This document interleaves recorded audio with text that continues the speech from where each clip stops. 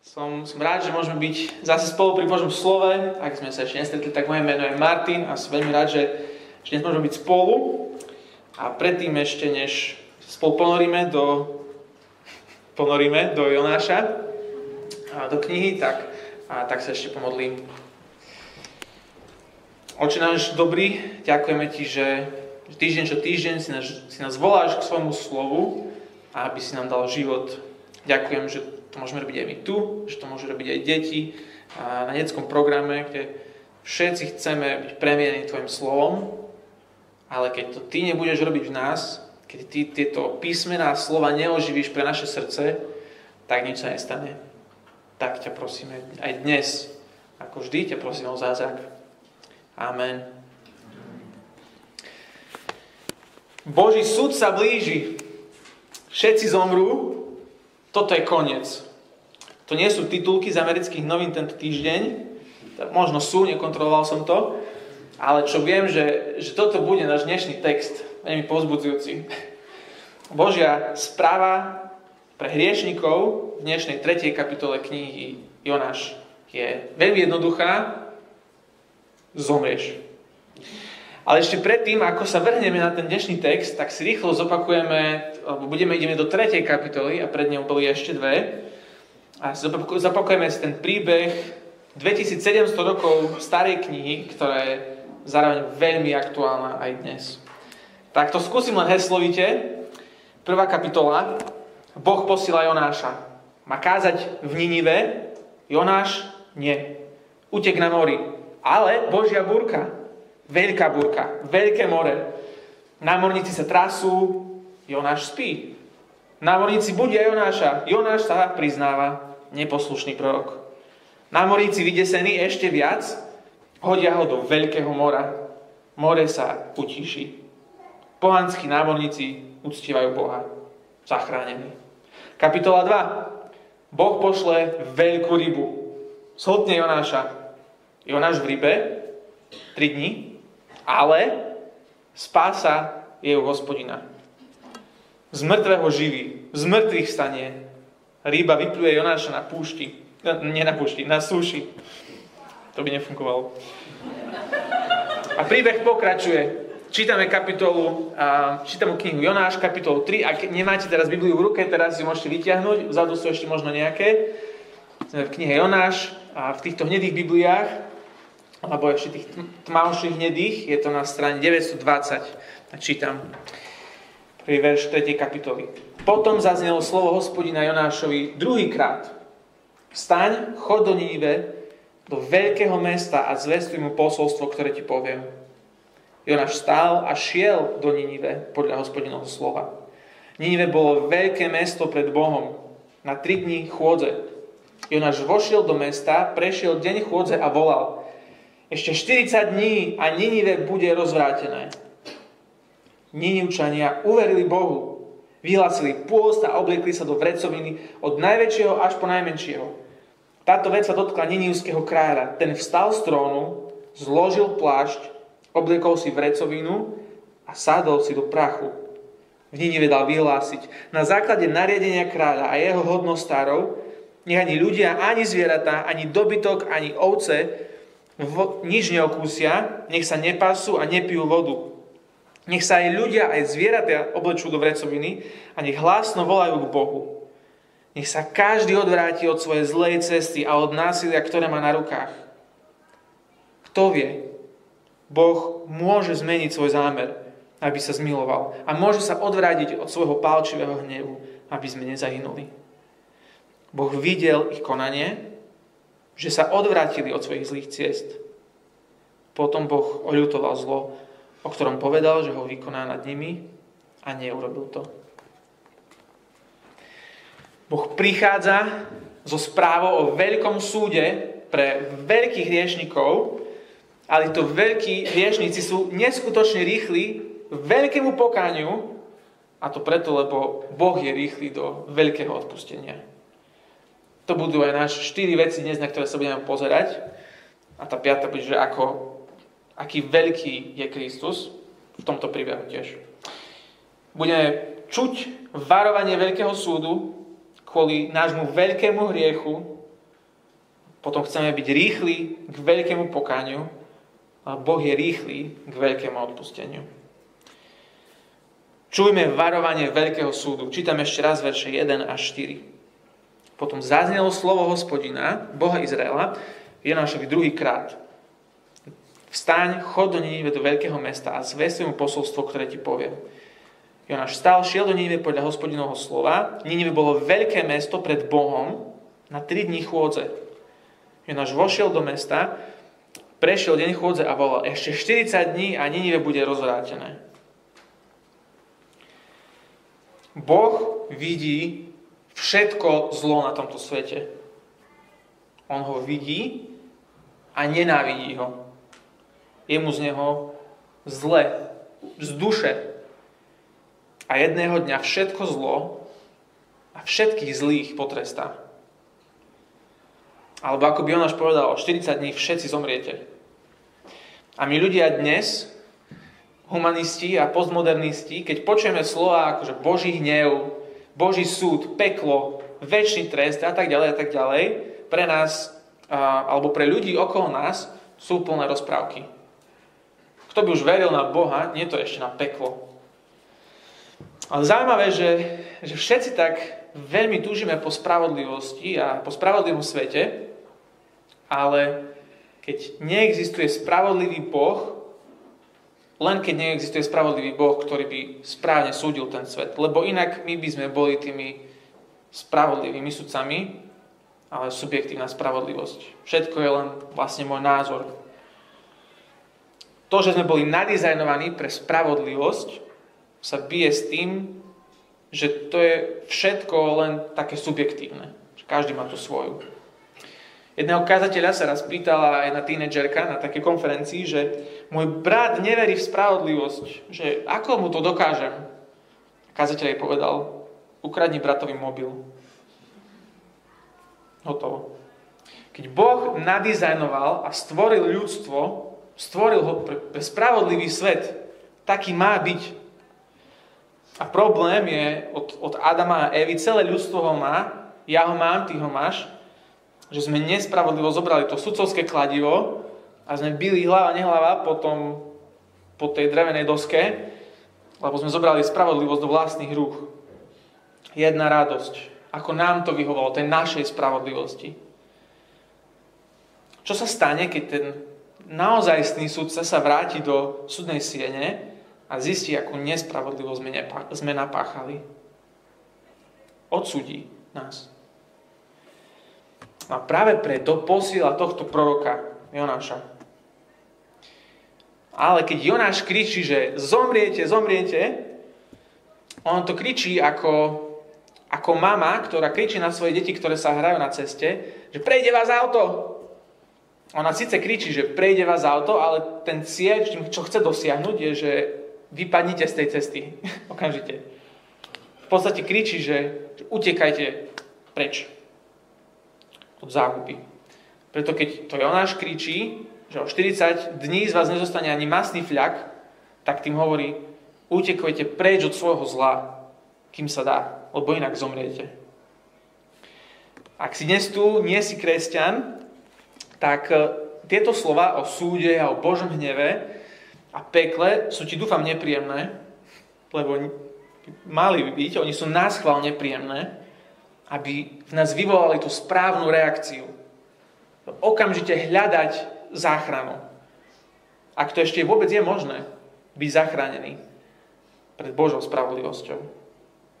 Tie slova o súde majú byť pred tebou ako tá veľká červená stopka na križovatke, ktorú akože nechceš cez ňu ísť. Tam je tá stopka a ešte pod tou stopkou je tučne napísané, že otoč sa. Toto kričí Jonáš.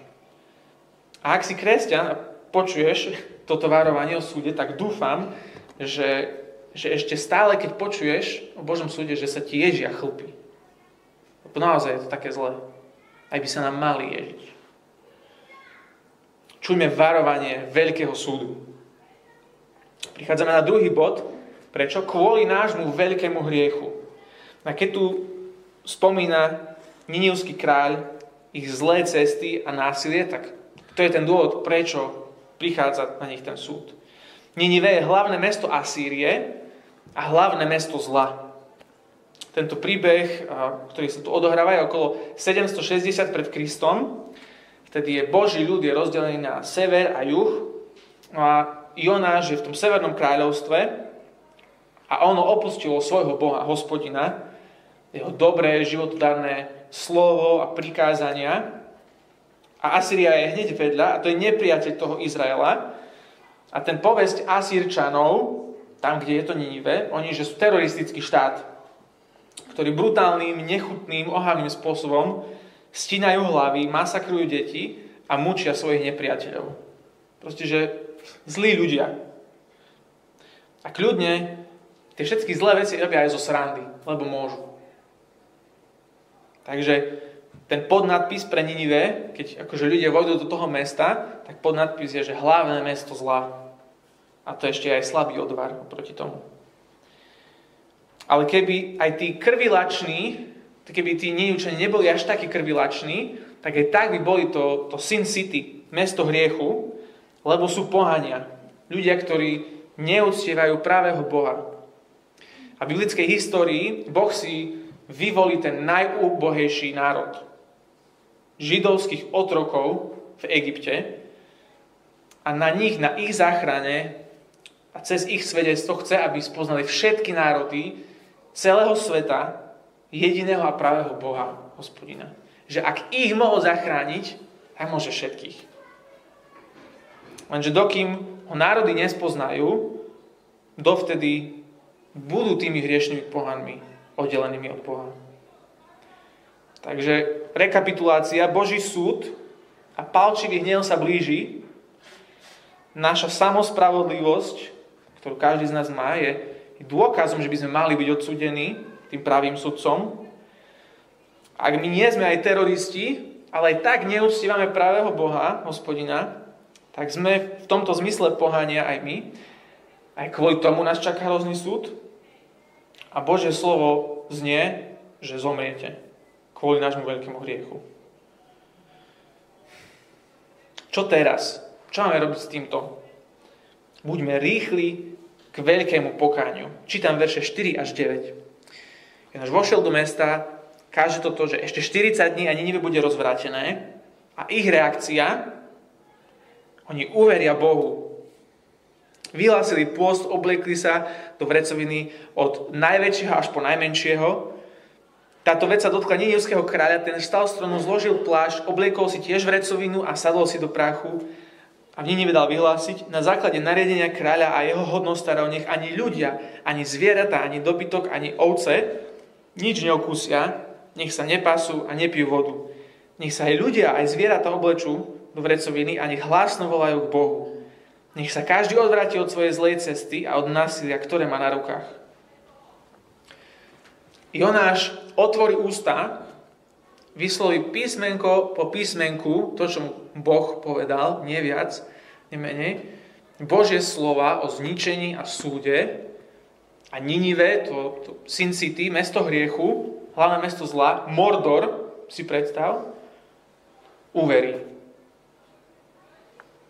Izraelitovi, tomu Hospodinovmu prorokovi Jonášovi, to trvalo minulú kapitolu 3 dní vo veľkej rybe, kým pochopí, že spásajú Hospodina a tomu hlavnému mestu zla to netrvá ani 3 sekundy. Jonáš káže, má tam kázať, že ešte 40 dní a tí hrozní Ninivčania, im stačí prvý deň. Každý v meste padne na zem, vnútorne totálne zdrvený. A tá správa sa šíri ako oheň. V tom momente vyhlasujú pôst celomestský a celonárodný tiež. Všetci, čo jedli, im padol príbor z ruky a začali plakať. Ako má pôst vyprázdniť človeka od tej vlastnej pýchy a od vlastnej cesty životom. Ako zemiaky plnia vrecia, ktoré si potom na seba dávali, tak srdce neveriacich pohanov je naplnené ľútosťou a pokáním. Tí prví Ninivčania vyhlasujú národný, a nie že smútok, ale nárek zo špiku kosti. Ešte skôr, ako ešte správa dojde ku kráľovi Ninive. A jeho sa verš 6 táto vec sa ho dotkla. Nadprirodzene. Kráľ zíde z trónu, vyzlečie sa, oblečie si vrecko zo zemiakov a sadne si do prachu, lebo prach si a na prach sa obrátiš. Generál teroristického národa, tomu najhoršiemu z najhorších, jemu dopne Boží súd a uverí. A stane sa z neho nie vodca v krvi prelievaní, ale vodca v pokáni. A dá vyhlásiť, verše 7 až 8, nech ani ľudia, ani zvieratá, ani dobytok, ani ovce, proste, že všetci všetko musia robiť pokánie. Vidíš to, akí sú títo najviac hriešni ľudia, ktorých si vieš predstaviť, ktorí Izrael si vedel predstaviť, akí oni sú radikálni v tom ich pokáni. Všetci a všetko do vrecoviny. Plne scéna ako z filmu. Proste muži aj ženy sa tam obliekajú, mami obliekajú batoľatá do vrecovín, sestričky obliekajú pacientov do vrecovín, starých domov dôchodcov obliekajú, učiteľky deti v škole naliekajú do vrecovín, deti utekajú za sliepkami po ulici, aby ich tam aj ovce, že by všetkých proste, že všetci, že by boli v tej vrecovine. Lebo všetci a všetko musí robiť pokánie. Dobre, že nie ako na stromy nelezú, že by tam akože dávali tie vrecká z zemiakov. Všetko. A to nie je len také na oko pokánie. Že urobíme to len tak, aby, že nech to Boh vidí a potom si zase budeme robiť, čo chceme.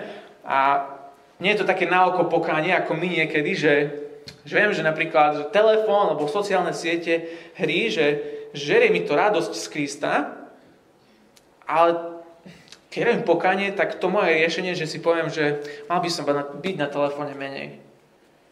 OK, a potom idem ďalej. Tam to skončí. Pokánie, ale nie pokánie. A Ninivčan by videl, že musí robiť pokánie, zoberie telefón a s kladivom ho zničí, vyhodí ho preč.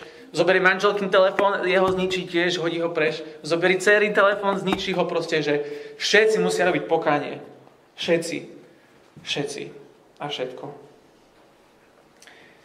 Buď žijeme v prímeri s hriechom a správa o Božom súde je nám 16, alebo sme vo vojne proti hriechu. A ľutujeme a robíme pokánie z každého hriechu, o ktorom vieme a ktorý vidíme. Kráľ pohanov hovorí v mene celého národa, celého Ninive, že všetci a všetko musí robiť pokánie. Prečo? Lebo Boh je rýchly k veľkému odpusteniu. Pozri sa so mnou na verš 9 a 10. Kto vie? Boh môže zmeniť svoj zámer, aby sa zmiloval a môže sa odradiť od svojho pálčivého hnevu, aby sme nezahynuli. Boh videl ich konanie, že sa odvratili od svojich zlých ciest. Potom Boh oľutoval zlo, o ktorom povedal, že ho vykoná nad nimi a neurobil to. Kráľ hlási, že všetko musí byť pokánie, lebo Boh sa nad nami môže zmilovať. Lebo môže odvrátiť svoj pálčivý, žeravý hnev.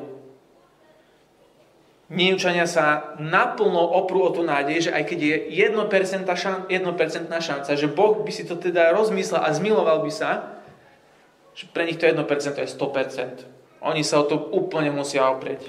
To je naša jediná nádej, lebo spása je u Hospodina. Oni tú veľkú spásu a veľké odpustenie našli, lebo veľký Boh sa nad nimi zľutoval. Veľmi zľutoval. Ak v kapitole 2 spoznal Jonáš, že spása je u Hospodina, tuto spoznáva celý svet. Spása je u Hospodina. Boh sudca je ľutostivý Boh. Ešte keď hovorí o pekle a večnom ohni, on nás chce prebudiť a varovať nás, aby sme hodili všetko zo svojich rúk, lebo také, aké sú tie jeho ruky sveté a spravodlivé, že keď si to necháme, to bude bolieť. Ale keď si to pustíme, on sa zľutuje. Jeho srdce je ľutostivé. A my keď si to prečítame, že to je dobrý príbeh, že ako sa tam proste prebudenie obrovské, je to krásne, Ale pre tých prvých poslucháčov, Izrael, Jonášov, pre nich to bola hotová katastrofa. Totálne. A to preto, lebo tento príbeh je zrkadlo, ktoré Boh nastavuje svojmu ľudu, Izraelu. Národu, ktorý má výhradne patriť Hospodinovi, on si ich vykúpil z Egypta, ale Izrael žije a verí a uctieva presne ako tie pohanské národy. V príbehu knihy Exodus, tam keď židovských otrokov ten národ si Boh zachráni pre seba, pre vzťah s ním, že ho uctievajú a potom veria, tak potom v 32. kapitole oni si urobia zlaté teľa. Že toto je náš Boh, ktorý nás zachránil. Úplne odignorujú celú tú záchranu, ktorú pre nich urobil. A už ide ten pálčivý hnev na nich vyliať. A potom zrazu, čo sa rozpráva s Mojžišom, Hospodin sa zľutoval a upustil od zla, ktoré ohlásil svojmu ľudu. Presne ten istý verš, keď si pozrieš verš 10, presne ten istý verš, že potom Boh oľutoval zlo, o ktorom povedal, že ho vykoná nad nimi a neurobil to. V hebrejčine to je tá istá veta, že tie isté slova. Boh je taký istý k tomu zlému Ninive, aký bol tam vtedy k Izraelu. Rovnaký ľútostivý, rovnako chce byť ľútostivý k všetkým národom. Izrael čaká, že Boh bude súdiť tých pohanov, ale teraz pohania žijú a veria ako Boží ľud, ako by mal vyzerať Boží ľud, a Boží ľud žije a verí ako pohania. Boh im posiela proroka za prorokom, aby sa prebudili, aby robili to pokánie, aby uverili, aby ho hľadali, a oni nič. Boh pošle jedného neposlušného Jonáša do Ninive a prebudenie jak sviňa. Boh chce, aby srdce jeho ľudu horelo pre neho. Úplne celé. No a tým prorokom, tým slovom, ktorý posiela svojmu ľudu, on akože polieva tie ich srdcia benzínom, jeden kanister v jednej ruke, druhý v druhej, a celé to tam polieva a potom 100 fakiel dá okolo nich, že by to horelo, a nič. Srdce Božieho ľudu nie a nie horieť. A príde potom Božie slovo do Ninive, ich srdce zmoknuté ako sliepka, neviem, čo dneska s tými sliepkami, úplne, že totálne mokré, ľadové, jedna iskra, a nie oheň, a všetko to horí. Celé mesto horlí po Bohu. Boží nepriatelia u Hospodina hľadajú milosť, žobrú o milosť, lebo vedia, že je ľútostivý. Boží milovaný národ totálne kašle na Hospodina a na nejaké pokánie. Čo ich potom? Všetko je potom, lebo Izrael mal z toho príbehu od Jonáša počuť tie isté 4 body.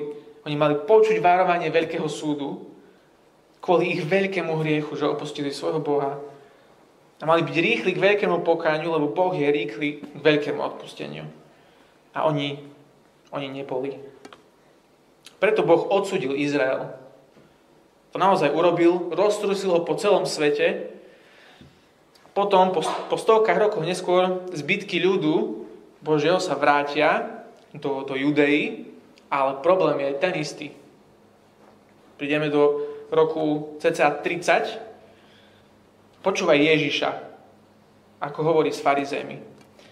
Oni počúvali jeho kázne, videli jeho zázraky, on tam polieva ten akože benzín, že by videli, a oni nie. Čítam z Matúša 12. kapitoly, 38. verš. Vtedy mu niektorí zákonníci a farizei odpovedali: Učiteľ, chceme od teba vidieť znamenie, že prilej ešte ten benzín. On im však odpovedal: Zlé a cudzoložné pokolenie žiada znamenie, no znamenie nedostane, iba ak znamenie proroka Jonáša. Tak ako bol Jonáš v útrobách veľkej ryby 3 dni a 3 noci, tak bude aj Syn človeka v lone zeme 3 dni a 3 noci. Teraz počúvaj. Mužovia z Ninive povstanú na súde s týmto pokolením a odsúdia ho. Lebo oni sa kajali na Jonášovo kázanie. A hľa, tu je kto si väčší ako Jonáš. Ten problém spravodlivého súdu sa vôbec nezmenil, preto Boh sa stal človekom, Ježišom Kristom. Už neposlal len proroka a jeho slovo cez neho. Jeho slovo sa stalo telom. Prebývalo medzi nami. Toto im hovorí. Dáva im výzvu na pokánie a nepočúvajú. Mužovia z Ninive, ten národ krvilačných katov, oni robili pokánie, tí budú v ten posledný deň súdu, oni sa postavia a odsúdia tých nábožných, tých svätých, čistých farizejov a zákonníkov, lebo oni nerobili pokánie, ale Ninivčania áno. Ich uvidíme na tom poslednom súde tiež. Ninivčanov. Tak chvália v Hospodinovi. Keď Jonáš prišiel do hriešného mesta, mal pre nich slovo Božieho hnevu. Keď Ježiš príde, v Lukášovi 19. kapitole, keď Ježiš sa priblížil a uzrel Božie mesto, Jeruzalém, zaplakal nad ním. Pozrel sa, mal ľútosť s ním a povedal, keď by si aj ty aspoň v tento deň spoznalo toho, čo ti prináša pokoj. A nespoznali ho. Jonáš káže súd a hlavné mesto zla robí pokánie, zažijú veľké prebudenie a Ježiš, Boží syn, on prináša pokoj, ale na tom mieste, čo má byť sveté, Jeruzalém, tam zažije veľké potupenie a nakoniec aj prebudnutie. A ten Ježišov ľutostivý pohľad nemal len, keď sa pozeral na to mesto, ale zostal mu, až dokým nevysel na kríži. Ako ten magnet, čo stiahuje k sebe tie kovové piliny, neviem, či ste robili ten pokus na fyzike, dáte magnet, tam vidíte, ako tam to ide, tak Ježišové srdce stiahuje na seba na kríži všetky naše hriechy. Všetky Ninivčanov hriechy, tých apoštolov, s ktorými chodil, aj tvoje a moje hriechy tiež. Jeho srdce všetky berie na seba. Všetkých, ktorí budú robiť pokánie. Tam na seba stiahol hriech Ninivčanov, tvoj a môj. A za ten všetok hriech Boh odsúdil a rozdrvil svojho syna na kríži. A vieme, že Kristus mal na kríži tú ľútosť, keď sa na nich pozrel, lebo kričí toto z kríža. Oče, odpusť im. Nevedia, čo robia.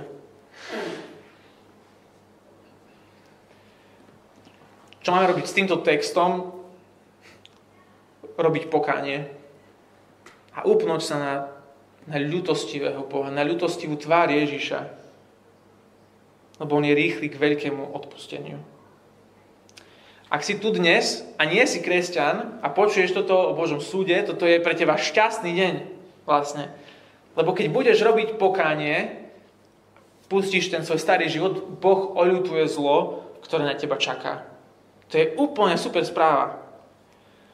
Ale ak sme tu dnes a hovoríme, že sme kresťania, ale ľútostivého Boha nechceme a robiť pokánie nebudeme, ak počujeme o veľkom Božom súde kvôli nášmu hriechu a nič to s nami nerobí, nebudeme rýchli do pokánia a nezažijeme Božiu ľútosť. Preto robíme veľké pokánie a opneme sa na veľmi ľútostivého Boha Ježiša Krista, lebo on je rýchly k veľkému a slávnemu odpusteniu. Modlím sa. Náš drahý Otec, ďakujeme Ti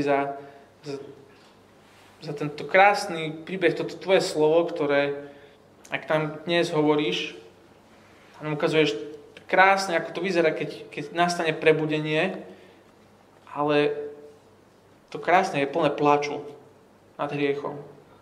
Nad našim hriechom, nad mojím hriechom.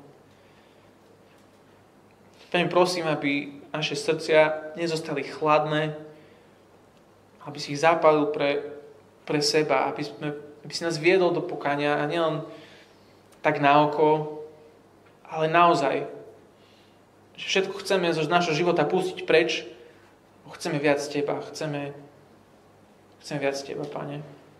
Tak ťa, Pane, prosím, aby si toto konal, aby si to prebudenie spôsobil aj v našich životoch, v našej cirkvi, v všetkých cirkvách na Slovensku, aj v každom meste, kde sú ešte ľudia, čo ťa nepoznajú a nemilujú.